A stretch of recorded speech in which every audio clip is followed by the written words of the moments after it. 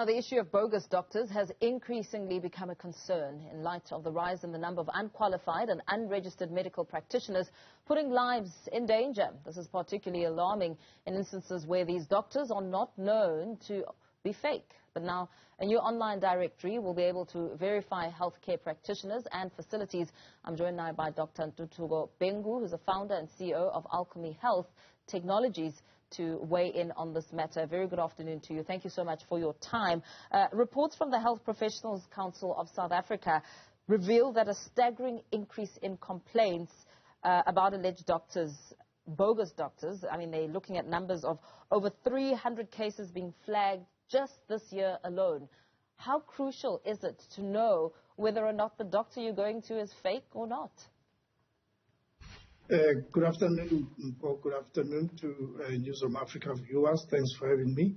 As you can imagine, we are talking health, so it is very crucial that patients know that they are consulting practitioners who are qualified indeed. It's a matter of short and long-term health, and of course the risk of consulting and not getting the help that's required will have economic implications as well, because you most likely have to go and consult again.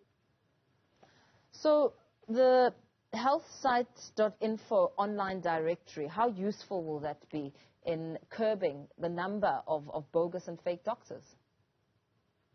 Yes, it will be useful because it's obviously growing as we go about encouraging practitioners to onboard themselves, but also members of the public to recommend practitioners that they have faith in.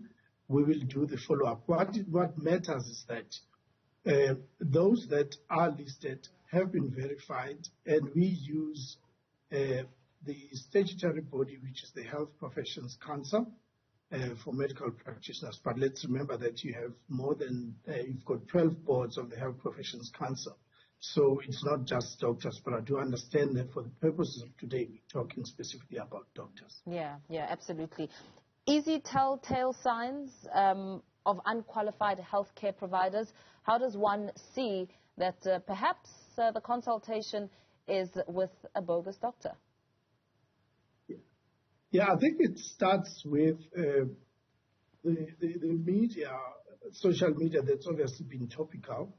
You are unlikely to have a qualified practitioner giving advice broadly on social media simply because it's not advisable. The Health Professions Council does not recommend that healthcare advice be given through this medium.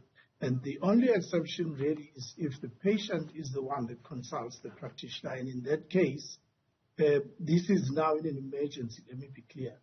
And in that case, the practitioner is encouraged to quickly move the consultation into a healthcare setting as it's described.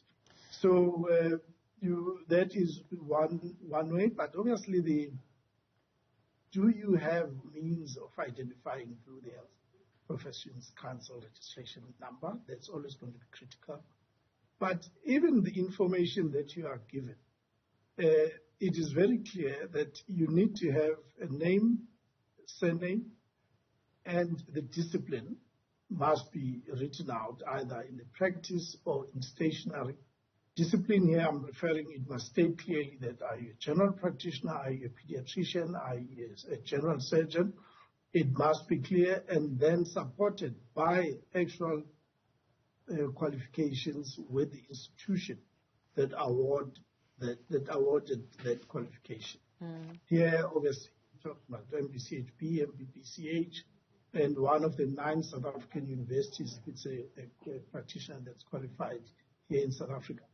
And then the critical one is, of course, that the name matches the council registration number, which can be checked online through the HPCSA register, or of course the practitioner can also, which we encourage people to do, request a certificate which will also reflect the name and all of these important details, but also the council registration number.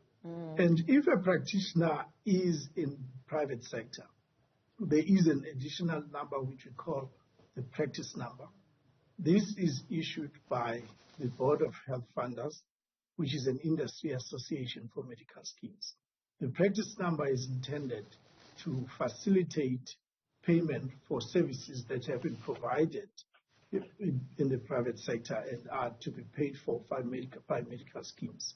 So that is also an important second number that we obviously encourage that people be familiar with. The main thing is that's only for those in private sector. Those who practice in public sector are unlikely to need the practice number unless they work both in public and private sector. The other 2 points are not really specific for healthcare, but it's just what we know could potentially be red flags for businesses that are intended to be here today and gone tomorrow. Is there a physical address that indicates where the practitioner practices from, or is it just an email address? Is there a landline, or is it only a cell phone that's written in there? So you obviously look at this in totality, but it comes down to the Health Professions Council registration number. Why would you say we're seeing such a dramatic increase of bogus doctors? Is it because it's easy to just set up and put a sign and operate and appear as though you know what you're doing when you consult people? Yeah, I think the other point to make is that when we call bogus doctors and we look at how the Health Professions Council's views these, there are essentially 2 types. One is someone who originally qualified as a medical practitioner, but for some reason was deregistered or suspended. And the other, which obviously is the one of even more dangerous, but also of interest, is one who never qualified as a practitioner in the first place. Now, Health News cites that the economic situation makes people very much exposed to the doctors who are supposedly cheap if they are going to either they are out there in practice, they tend to be, obviously one sees why, they tend to specialize in sick notes. And then, of course, if it's through social media, you know what, it's free advice, I'm sitting at home. But then when they start selling product or engage in what we call touting or canvassing, that is clearly frowned upon by the medical sort of profession. So that those are also very big red flags that one should be mindful of. Very well. Thank you so much for that very sound advice, Dr. Ntuthuko Bhengu, who is the founder, CEO of Alchemy Health Technologies, just issuing a warning, the issue of bogus doctors, which has become a concern recently, given